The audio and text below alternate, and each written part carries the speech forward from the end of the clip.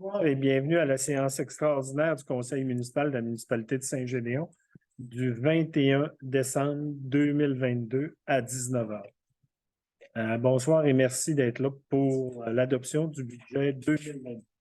Je vais demander à Mme Perron de nous faire la lecture de l'ordre du jour. Non, après. Non? OK. Alors, la lecture et l'adoption de l'ordre du jour, c'est l'adoption des prévisions budgétaires pour 2023, c'est-à-dire le budget, la période de questions puis la levée de l'Assemblée. Ça me prendra un proposition pour accepter, proposé par Gabriel, appuyé par Jean. Avant de l'adoption du budget, je vais faire quand même le discours du budget 2023. Chères citoyennes, chers citoyens, il me fait plaisir aujourd'hui de vous livrer les grandes lignes des prévisions budgétaires 2023 que le Conseil va adopter ce soir, le 21 décembre 2022. Ce nouveau budget représente un beau travail d'équipe auquel ont participé les membres du Conseil municipal, ainsi que les employés municipaux. Nous vous présentons ce soir un budget équilibré, totalisant 4 780 029 $. L'exercice de cette année a été plus difficile que les dernières années.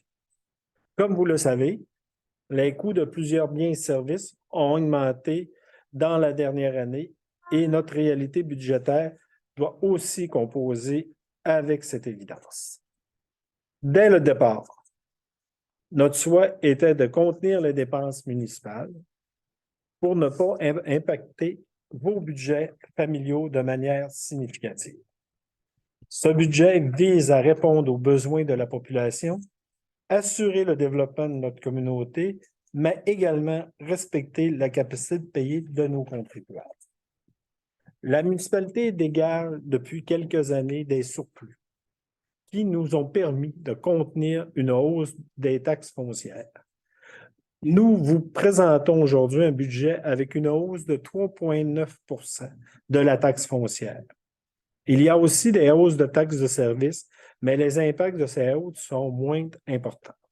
Celles-ci sont en grande partie dues à l'augmentation des prix de plusieurs de nos fournisseurs, ainsi qu'à des investissements nécessaires à nos infrastructures.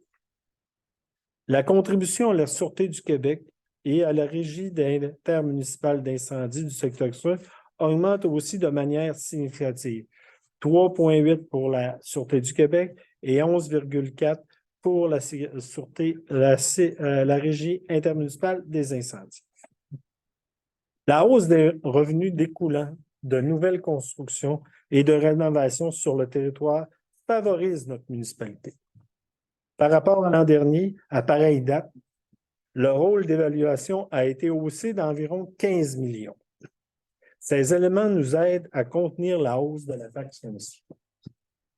Divers travaux d'amélioration de nos chemins sont en cours et il est important de les maintenir, et ce, malgré l'augmentation des coûts de divers matériaux.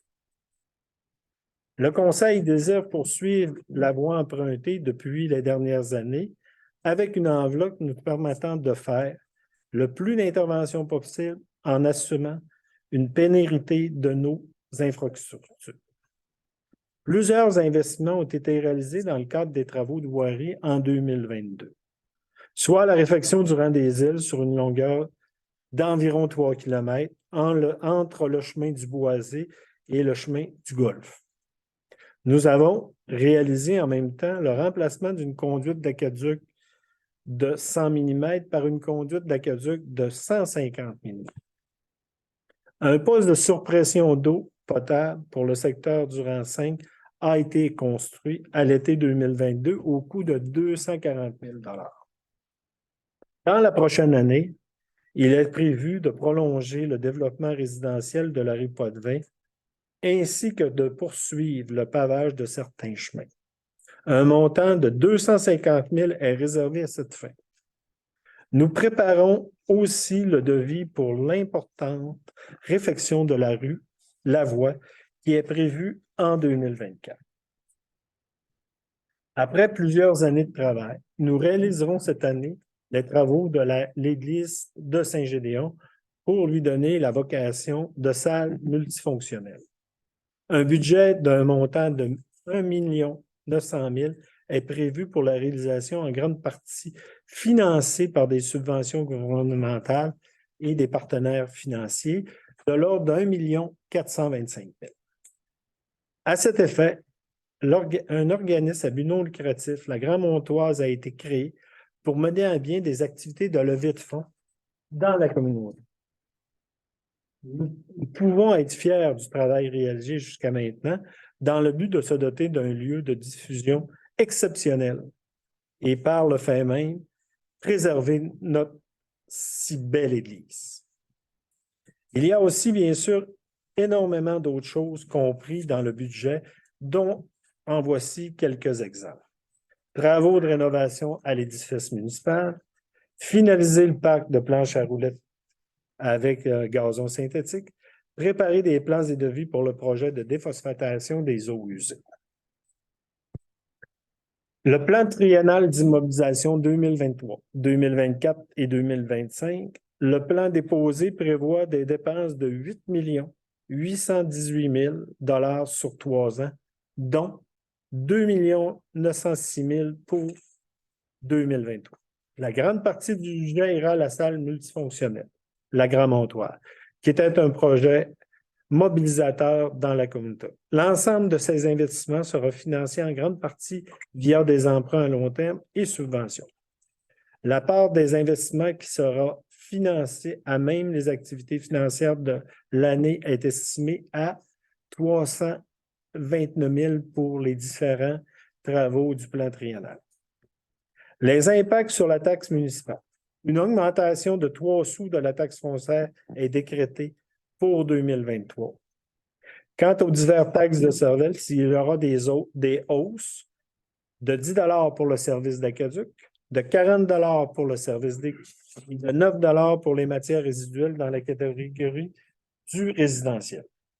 Je tiens à nouveau à souligner, et cela est toujours important, de le rappeler que notre municipalité maintient un niveau des taxes les plus bas dans la région.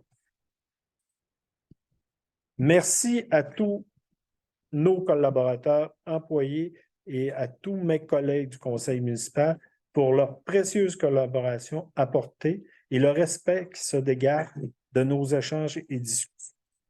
Saint-Gédéon désire continuer à être un leader responsable dans son développement et nous posons le geste en conséquence. En terminant, je tiens à vous rappeler qu'à partir du 9 janvier et jusqu'au 6 février, les bureaux de la municipalité seront fermés au public pour les travaux importants. Vous pouvez toujours nous rejoindre par téléphone et il sera possible de venir nous rencontrer sur rendez-vous seulement. En mon nom et en celui du conseil municipal, je vous souhaite une bonne période des fêtes et une bonne année 2020. Merci à tous. Je vais demander à Mme Perron de nous faire la lecture du budget 2023, s'il vous plaît. Les prévisions budgétaires. Alors, comme le disait M. le maire, c'est un budget équilibré avec des revenus de 4 780 029 et les dépenses également de 4 680 029. Je vais vous lire les grandes lignes. Alors, les revenus de taxes foncières, 3 216 332. Les compensations et la tarification, 852 337. Les paiements tenant lieu de taxes, 64 665. Les autres services rendus, 316 795. Les impositions de droit, 132 500. Les amendes et les pénalités, 15 000. Les intérêts, 19 000. Autres revenus, 86 000. Les transferts, 77 400. Alors, ça totalise des revenus à 4 780 029. On va faire la lecture des dépenses. Alors, l'administration générale, 1 056 775 et 87. La sécurité publique, 506 381, excusez, 351. Le transport, 835 634,50. L'hygiène du milieu, 830 682,51. Santé bien-être, 72 677. Aménagement, urbanisme et développement, 567 571,33. Loisirs et culture, 819 092. Frais de financement, 91 200. Alors, les dépenses de fonctionnement totalisent 4 780 029, ce qui nous apporte un budget, comme M. le maire le disait, équilibré. Je prendrai un proposeur pour accepter le budget proposé par Pierre et par Michel. Ça règle le point 3. Le point 4, période de questions, comme on n'a pas de citoyens dans la salle, il n'y aura pas de période de questions. Et le point 5, ça me prendra un proposeur pour la levée de l'Assemblée proposé par André à 7h12. Comme on n'a pas... OK.